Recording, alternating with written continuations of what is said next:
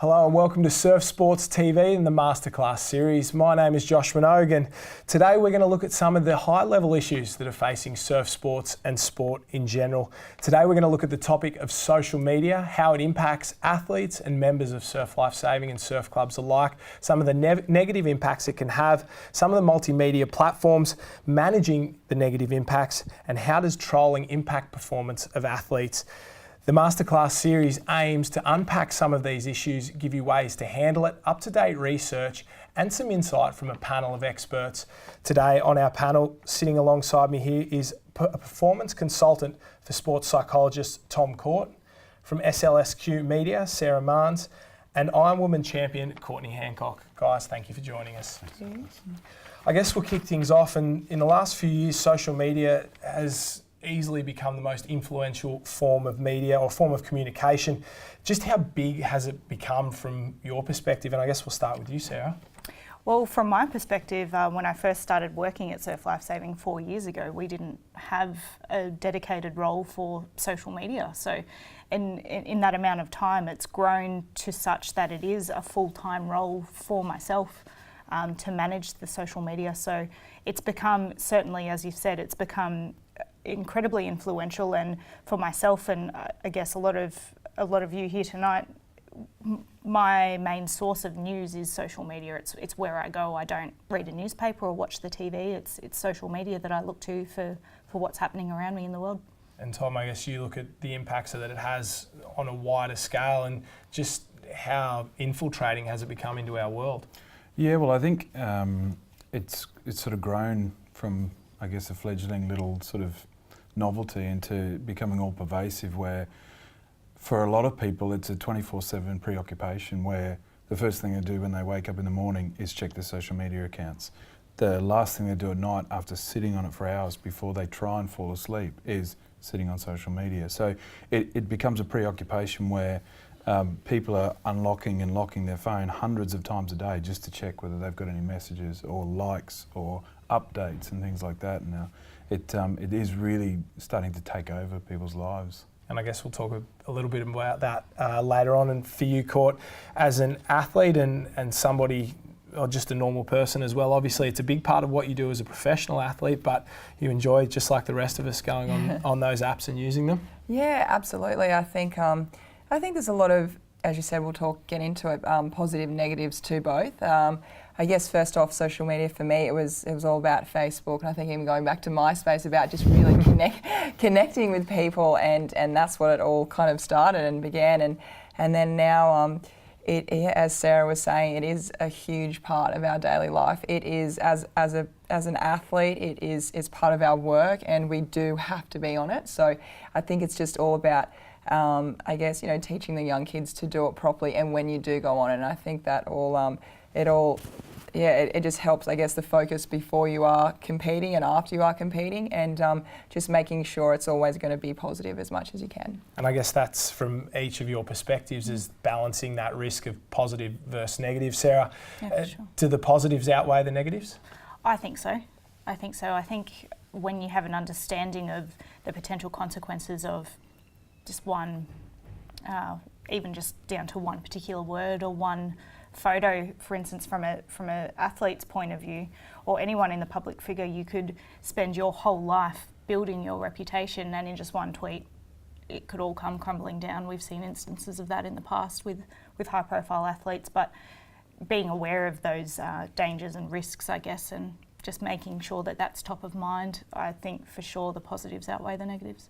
Before we go to you, Tom, I guess we'll come back to Court.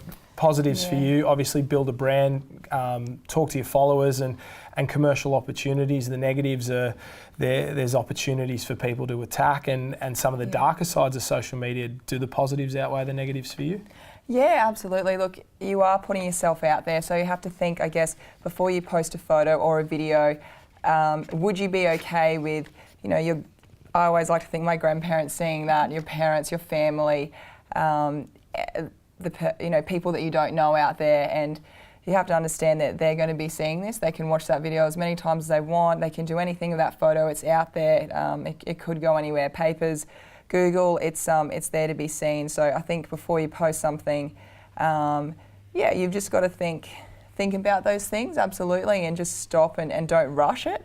So, but for me, yeah, it's definitely been positive. The amount of young people and just anyone who contact you and they ask you for advice and or they just want to congratulate you after a race or things like that, it's been absolutely incredible. But in saying that, yes, there has been some negative things along the way. There's been comments and, you just either you just block and delete and pretend it didn't happen. But I guess that is easier saying that. Sometimes, I guess when I was a bit younger, they might, affect you and you kind of think about it. But I think the way I've kind of learnt from, some of my idols and things like that, I think you just have to get to that point where, they're not happy with what they're doing and they have to have a go at you. So, but in saying that, I have been one of the lucky ones and it's been mostly positive. So that's probably a good segue into Tom and what you do in terms of the impact that social media has on athletes and how it can affect their performance and just how much of an impact can it have on a professional athlete pre-competition, in the lead up, post-competition?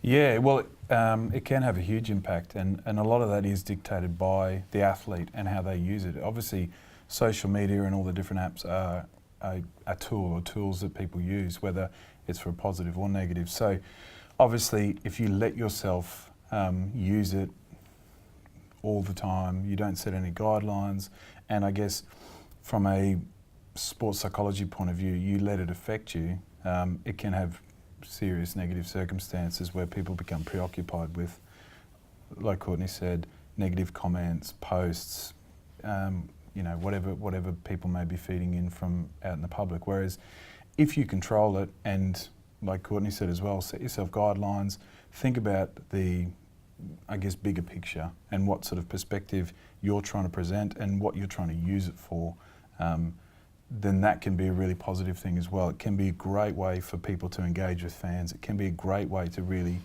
be, I think, like Instagram, where pictures can be really uplifting to people and really be motivational. And I think that's where, for athletes, it is a matter of how you use it and setting guidelines so that whether it is so many hours before a competition, so many hours after a competition, because if you perform well, obviously likelihood is you're going to get lots of positive feedback. If you don't perform so well, there is a good chance you're going to get a lot of negative feedback. So it is, maybe you set a guideline then that if you're not happy with your performance, you don't even go on social media for a day or so afterwards, just to let everything die down. But it is really how the athletes use it. And I guess when you walk that razor's edge, how do you know what the best guidelines to apply to yourself are?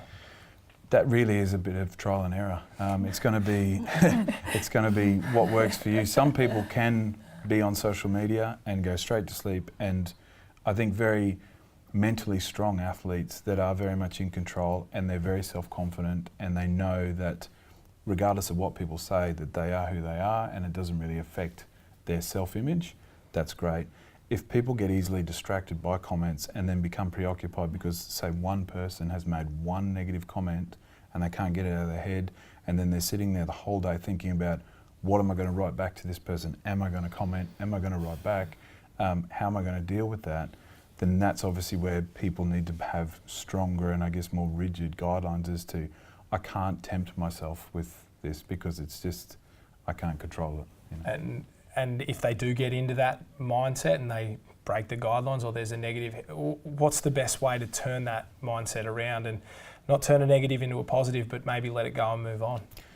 Yeah, I guess like you talk with a lot of athletes about a lot of things coming up to performance anxiety and really trying to perform under significant pressure with a lot of stresses affecting you leading up to a performance. It's really just, I guess, start of all, don't let it be in your vicinity. You know, if you have your phone near you, there's a good chance you're going to try and open it, have a look.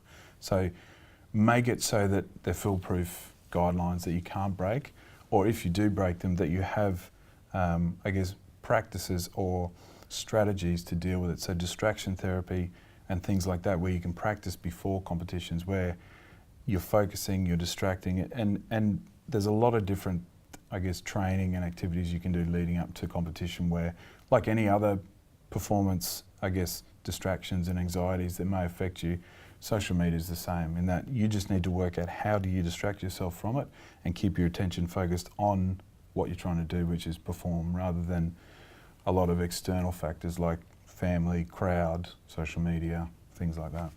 And I guess, Courtney, putting that into practice, do you have a structure that you use when you go to race an Ironwoman series round or the Coolangatta Gold, the Australian titles? Is there 15 minutes before, or are you standing on the line holding your phone, trying to throw it to Dad just before the start? Yeah, it was really interesting listening to what Tom had to say then, because that's a lot of what I do. Right before racing, I don't go on social media. If there's something I do need to post, we have a lot of sponsors and they might be running a competition and all those kind of things like that, and I just make sure, I guess, the week before I'm organised with all that, and I'll have all the posts and photos and everything written down, and whoever it is, it might be my partner will do it for me, or someone who is close to you, get them to do it for you just before racing, because you're there to race. You don't need anything else. There's already so many other things going on in your head. You have everything planned, what you're going to eat, get your craft ready, and then the next day you've got to then start reading the surf, which path I'm going to take. So if you can limit the decisions and that free your mind up as much as you can, it's just going to be so much easier. And like what Tom said, I think at the end of a competition, I think that's a good one. If you're not happy with how you went, and everyone takes things so hard, if that's best for you, stay away from it. I know I've done that before. I've just stayed away from it and just gone out and had a surf or something like that, because at the end of the day, social media, it isn't your self-worth, you know what I mean? Not just because someone's got 100,000 more followers or gets more likes, or one photo might not get a like as much as this one, it doesn't mean that you didn't look as good in that. It doesn't mean that you worded it better or anything like that. Your self-worth is how you are every day with the people around you, family and friends, the way you live your life. That's the real life. So, look, it has a lot of great things about it, but I think just remember at the end of the day, who you're talking to and what you're doing. That's the best way to do things, I think. So yeah, and we've been pretty negative on social media. Obviously, it's got its positive aspects as well, Sarah. Sports a business for a lot of these athletes, and a lot of the athletes that will be watching this want to leverage their social media into sponsorships, partnerships, other things like that. In what situations can it be used to be a really positive aspect of, and I guess one of the weapons in an athlete's arsenal?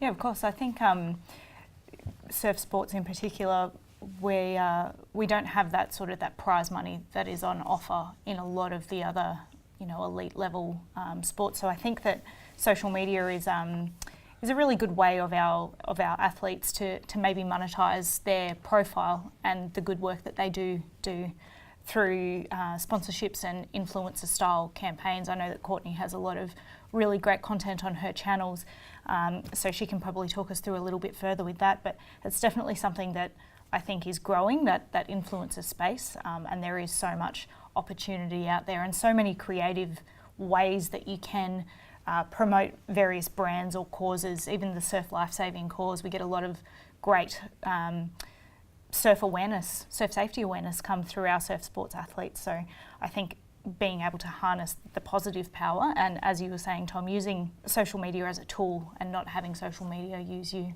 And I guess at a club level as well, attracting people to the clubs and what's going on outside of just the specific surf sports realm. Yeah, that's it. You can be promoting your club, you can be promoting Surf Lifesaving Queensland events, SLSA.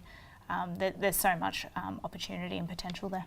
And I guess to wrap things up, maybe from each of you, a couple of do's and don'ts for social media, and I guess the best way to sort of keep it real and make sure that you're just doing the right thing by yourself when you're posting on those platforms. We'll start with you, Sarah. I think for me, the big thing that I always like to let people know is that you're not only representing yourself, but you're also representing your club, you're representing SLSQ, Surf Lifesaving as a whole. So just to keep that in the back of your mind is my number one tip. Yeah, I guess for me, it's just obviously social media isn't real life. And social media isn't you. You control your social media accounts rather than letting it control you. So it is what you make of it. Good advice, Court. Yeah.